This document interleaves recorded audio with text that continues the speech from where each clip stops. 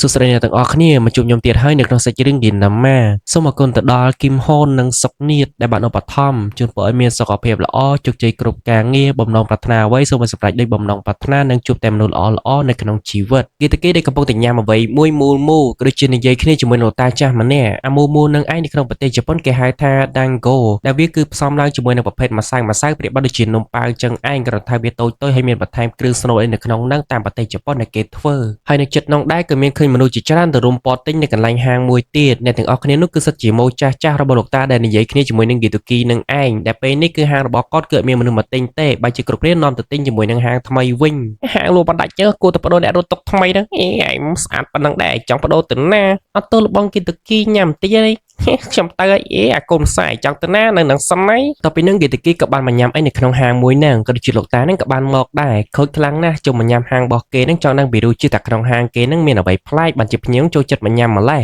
ក្នុងហាងគឺសិតតែរបស់ឆ្ងាញ់ការតុបតែងនៃកអីរបស់គេគឺសិតតែប្លែកទាំងអស់អត់តែហាងរបស់លោកតាហ្នឹងទេដែលជាប្រភេទហាងធ្វើតាមបែបបុរាណញ៉ាំអីហើយក៏បានមកដល់ផ្ទះឃើញបុរសម្នាក់អង្គុយមុខហាងគាត់បុរសម្នាក់នេះឯងគឺជាម្ចាស់ហាងដែលបើកថ្មីជិតផ្ទះគាត់នឹងឯងចូលមករស់រាយរាក់ទាក់គេណាស់ក៏ប៉ុន្តែបុរសម្នាក់ហ្នឹងបានប្រាប់ថាលក់ហាងនៅឲ្យគាត់មកនៅក្នុងទឹកដីមកជួននៃអ៊ីដូទាំងអស់នេះគាត់ចង់បង្កើតហាងប្រភេទបង្អែមនេះមានតែហាងគាត់មួយទេផ្ទះរណទីនេះក៏សុំទិញទាំងអស់មកក៏ប៉ុន្តែលោកតានេះគឺគាត់មិនព្រមឡើយថានេះគឺជាគេដំណើរតាំងពី400ឆ្នាំមុនមកម្លេះដាច់ខាតគឺគាត់មិនលក់ទេដល់ពេលអញ្ចឹងបុរសម្នាក់នេះក៏បានបបួលលោកតានឹងប្រកួតលក់ Dango ជាមួយនឹងគ្នានៅក្នុងហាងគាត់ក៏មាន Dango ដែរហើយប៉ះសិនបើរយៈពេល1ម៉ោងហាងរបស់ពួកយើងទាំងពីរនាក់មុនណាគេដែលលក់ Dango បានច្រើនជាងគេនោះអ្នកនោះជាអ្នកឈ្នះហើយប៉ះសិនបើលោកតានឹងលក់ចាញ់គាត់នោះគាត់នឹងទិញយកហាងរបស់លោកតានឹងហើយលោកតាបានត្រឹមតែញញឹមហើយឆ្លើយថាអូខេទោះបីជាគាត់ដឹងថាហាងរបស់គាត់គឺគ្មានបណ្ណាគាំទ្រទេក្រៅពីហ្គីទូគីនេះថ្ងៃស្អែកក៏បានមកដល់ថែមទាំងមានគណៈកម្មការប្រកាសធ្វើឲ្យត្រឹមត្រូវមែនតែនក៏ដូចជាមានប្រជាជននិងអ្នកកាសែតមកថតផងដែរសូមបញ្ជាក់ថាការប្រកួតនេះគឺញ៉ាំ free នោះទ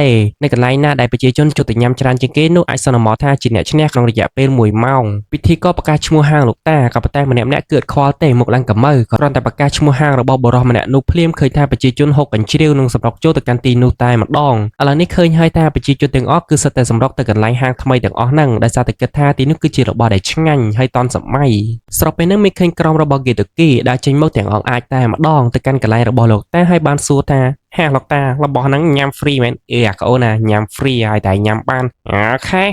ពេលវេលាប្រកួតក៏បានមកដល់ម៉ោងក៏ចាប់ផ្ដើមរាប់នោះទាំងអស់ចូលទៅកាន់ហាងទំនើបម្នាក់ដណ្ដើមគ្នាយ៉ាងចង្អៀតត្រឹមតែមួយសន្ទុះសោះឃើញចានយ៉ាងគោដល់ពេលឃើញច្បាស់នឹងភ្នែកយ៉ាងទើបដឹងថាអាបីអ្នកនេះគឺពិតជាដាច់ដាប់មែនតែនស៊ីដល់កស៊ីតែបន្តិចសោះឃើញចានគោច្រើនជាងអ្នកខាងនោះទៀតអាអ្នកខាងនេះរវល់តែដណ្ដើមគ្នានឹងមានម្នាក់បានស៊ីអីហើយដល់អញ្ចឹងអាអ្នកនៅខាងក្រៅនេះចាប់ផ្ដើមបែកកណិតអញមើលទៅដូចជាចូលម្ដងទេអាកូនណាយើងគួរតែបដូរទីតាំងពេលនោះក៏បាននាំគ្នារត់សំដៅទៅកាន់ទីតាំងរបស់គីទូគីកំពុងតែស៊ីនឹងគីទូគីក៏លេចទៅឃើញអាតានឹងដែលកំពុងតែរត់មកលុយមកជើងម៉ាំងអាតានេះដួសពាកអាណាប្រាប់ថាឲ្យមកកន្លែងហ្នឹងគឺជាសិទ្ធិខ្ញុំក៏ប៉ុន្តែហ្គីទូគីមិនចិត្តដាច់ទេក៏បានហុចមួយចង្កាក់ទៅឲ្យលោកតានោះលោកតាហ្នឹងក៏បានយកមួយចង្កាក់ហ្នឹងទៅចែកកូនរបស់គាត់សឹងតែ8 9នាក់ហើយអានេះឲ្យគ្នាមកបានញ៉ាំច្រើនអាចឈ្នះអូយទូគីអានេះអាចស៊ីមួយបាយបានណាឆ្ងាញ់ស៊ីមួយបាយមិនកើតទៅស៊ីតែហ្នឹងទៅទេទៅបានហើយស៊ីមួយបាយឆាប់ឆ្អែតណាហើយពេលហ្នឹងឃើញគ្រប់គ្នាក៏បានសម្រុកចូលមកកន្លែងហ្នឹងដែរក៏ប៉ុន្តែហ្គីទូគីបានហាមឃាត់មិនឲ្យចូលមកទេម្នាក់លុបដុនមែនតែនជាពិសេសគឺស៊ីនប៉ាជីនេះថែមទាំងវិចថែមទៀតបើយកទៅផ្ទះក៏ប៉ុន្តែពេលហ្នឹងគណៈកម្មការបានប្រាប់ថាមិនឲ្យវិចទេណ៎ឯងឃើញ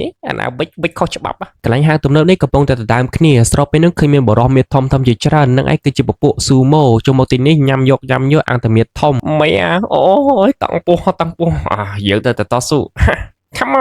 on ថែមទៀតដល់ពេលវគ្គហ្គីទូគីជាមួយនឹងសៀមប៉ាជីក្បាច់ម៉ែចែកឲ្យហំម៉ែម្នាក់នោះគ្នាគប់ជុំមាត់កាកាហ្នឹងប្រកែស៊ីមែនតែម្នាក់ឯងសោះថែមទាំងស៊ីបាយហើយថែមនឹងអានំដូងគោនឹងបានទៀតគប់ចុះឡើងក៏បានត្រូវផ្នែករបស់កាឥឡូវនេះធ្វើឲ្យញៀងដួលក៏ហើយក៏ហល់ផ្នែកឲ្យមានអ្នកប្រកួតទៀតទេចំណុចចុងក្រោយមានតែហ្គីទូគីដែលទាំងពោះប៉ៅមើលនៅដល់ក៏ផ្លេនឹងប្រហែលខែទេខាងស៊ូម៉ូនេះក៏មានអ្នកឆ្អែតដែរឡើងកើឡើងហើយចានពេលនេះគឺស្មើគ្នាសោះតែមួយចានទៀតទេហើយពេលនេះបើសិនជាបណ្ណាគេអាចស៊ីឈ្នះអស់មួយចានហ្នឹងគឺក្រុមនឹងជាអ្នកឈ្នះហើយបើតាមមើលទឹកមុខទៅសូម្បីតែមួយចង្កាក់ចុងក្រោយហ្នឹងក៏ឃើញបដាចង់ស៊ីដែរម្នាក់គឺសិតតែកាលហើយបរមម្នាក់នេះគឺពិតជាភ័យមែនតែនដោយសារតែឃើញពេលនោះហ្គីទូគីកំពុងតែកាន់មួយចង្កាក់ទៀតហើយលោកតានេះគឺមានការសប្បាយចិត្តមែនតែនហ្គីទូគីឡើងហូរញើសត sauមួយចង្កឹះចុងក្រោយយេតគីពិបាកលេបពេកក៏បានយកម៉ាំងញាត់ចូលមាត់យេតគីពេលវេលាក៏បានមកដល់ក៏ដូចជាពេលនោះក្រុមរបស់លោកតានឹងជាអ្នកឈ្នះហើយកូនស្រីលោកតាដែលខ្ជូតម្នាក់នេះរត់ចូលមកអោបយេតគីថាប់មានការ៉េនៅពេញមាត់បន្ទាប់ពីនឹងរយៈពេលមួយសប្តាហ៍ដែលផ្ដើមពីម៉ូតូរបស់យេតគីដែលពេលនេះយេតគីកំពុងតែយកម៉ូតូក៏ទៅជួសជុលនៅកន្លែងរបស់លោកតាបង្កើតមនុស្សយន្តជួសជុលហើយក៏មានឲ្យលុយគេទេជាចេញយ៉ាងរយអានេះហើយមិនចង់ឲ្យលុយអញឯងពឹងក្រចុចកលឹះយន្តសោះដាច់កង់យេតគីឆ្លេឆ្លាស់ជិះទៅបោកទៅកាន់នារីម្នាក់ហើយនារីម្នាក់នោះក៏បានក្រោលឡើងមកវិញអូខេខ្ញុំមិនអីទេទៅហើយទៅមិនមានតែដៃម៉ូតូនឹងអើយខ្ញុំមិនបានជិះម៉ូតូទេ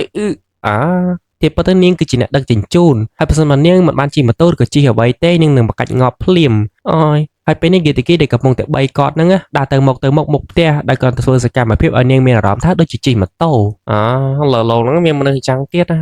តម៉ូតូចរយហើយយេរយហើយដាក់ខ្ញុំចុះដាក់ខ្ញុំចុះហើយដាក់ខ្ញុំចុះឲ្យស្រួលទៅវាថៃពេលហ្នឹងយេតគីក៏បានដប់នាងធ្វើជាអ្នកជំនួយការជួយនាងដឹកជញ្ជូនរយៈពេល1ថ្ងៃហើយនាងគឺពិតជាសប្បាយចិត្តមែនទែនក្រោកឡើងហុកកញ្ចក់កញ្ឆែងបុកម៉ៃឈើដួសធ្លាក់ខ្ពោកគ្រាន់តែម៉ូតូឈប់ស្តុបសោះប្រតិកម្មមិនបានជិះម៉ូតូបាយឈីវយ៉ាងពេញច្រមុះហើយចាំកែទៀតបន្តទីម៉ូតូម៉ង់ហោវ៉ាវស្ទីលខេតហ្មងហើយនាងគឺសប្បាយចិត្តក៏ប៉ុន្តែយេតគីអត់មានសប្បាយចិត្តជាមួយទេភ្នែកដល់ស្លើហើយយេតគីសួរឲ្យបើដឹកឲ្យវ៉ាន់គេស្អីគាត់ទៅឈប់ម៉ូតូមិនបានផងហ្នឹងហើយយកឲ្យវ៉ាន់គេមិនទៅនេះណែប្រតិខ្ញុំឲ្យ view ផ្លុកតែហ្សូនេះកំពុងតែនិយាយទូរស័ព្ទជាមួយនឹងប្រពន្ធហើយថ្ងៃនេះគឺជាថ្ងៃ anniversary របស់ពួកគេទាំងពីរនាក់ស្របពេលហ្នឹងតែហ្សូបានប្រាប់ថាគាត់មានផ្ញើកាដូមួយទៅឲ្យអូនសម្លាញ់អូនចាប់ចេញទៅគាត់ទៅចេញម្ដងភ្លាមម៉ូតូរបស់យេតគីជិះកាត់មុខពីវរីករាយ anniversary ពួកយើងម៉ែរីករាយមែនអ្នកចំកដោមុខពេញជិះម៉ូតូបដាយេតគីសួរថានៅសល់ប៉ុន្មានទៀតនាងក៏បានប្រាប់ថានៅសល់មួយទៀតស្របពេលហ្នឹងឡានបលិសក៏បានមកពីខាងក្រៅជិះល្មមបានហើយកុំជិះលឿនពេកតែប៉ុន្តែម្នាក់នោះគឺជាស៊ូហ្គោទេ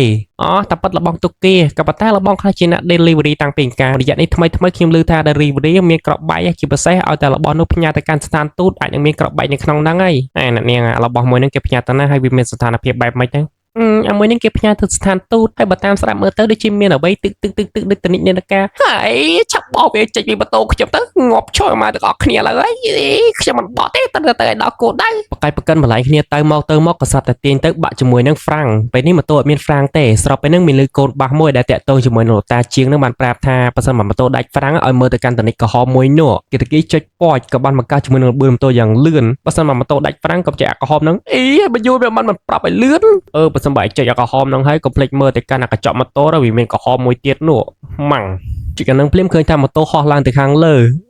អាចទៅមិនទេបើសិនបើឯងមើលអាហ្នឹងឃើញក្រហមហ្នឹងសូមមេត្តាកុំចុចបើសិនបើឯងចុចវានឹងម៉ូតូហោះទៅខាងលើហើយបើវាហោះទៅខាងលើហ្នឹងវាមានរយៈពេលមិនយូរប៉ុន្មានហើយនឹងផ្ទុះសាមញ្ញប្រាប់អត់អស់មានអីក៏ផ្ទុះធ្លាក់មកខាងក្រោមក៏ដូចមិនឃើញជាមួយនឹងអាយ៉ាមេនិយាយជាមួយនឹងបរិសម្នាក់ទៀតដែលបរិសហ្នឹងក៏បានប្រាប់ថានៅកាន់មន្ទីរពេទ្យមួយមានដុកទ័រមួយគឺពិតជាអាក្រក់មែនតែនព្យាយាមវះកាត់សរីរាង្គរបស់មនុស្សដែលល្អយកទៅលក់ហើយពេលនេះគាត់កំពុងតែប្រាប់អាយ៉ាមេឲ្យទៅកម្ចាត់ដុកទ័រម្នាក់ហ្នឹងចោលទៅគេតគីនៅក្នុងទូរស័ព្ទឃើញតែអាយ៉ាមេនេះកំពុងតែបន្លំខ្លួនធ្វើជាពេទ្យកំពុងតែមើលរូបថតគេតគីក៏ប៉ុន្តែមានលោកយាយម្នាក់ហ្នឹងបានប្រាប់ថាកុំមើលទូរស័ព្ទច្រើនពេកទៅព្យាបាលអ្នកជំងឺមកដល់បន្ទប់មួយទៀតនាងបែរជាឃើញគេតគីនៅចំពោះមុខតែម្ដងធ្វើនាងនឹកខ្លាំងណាស់ចូលទៅអោបគេតគីដែលមិនដឹងថាគេតគីនឹងទើបតែផ្ទុះម៉ូតូខ្ញុំនឹកលោកខ្លាំងណាស់មកមើលអ្នកជំងឺមួយទៀតអ្នកនៅខាងនេះជិះមើលរូបបាក់ខ្ញុំផ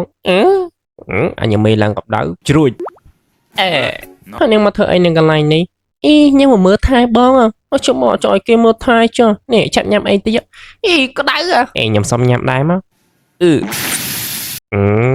ញសំមកមុខកម្មឯងយកទៅដោតទេកន្លែងទៅអញខ្ញុំមានវិធីមួយទៀតដើម្បីដុតកម្ដៅឬដងបាត់ឲ្យបាត់ជាឆាប់បំផុត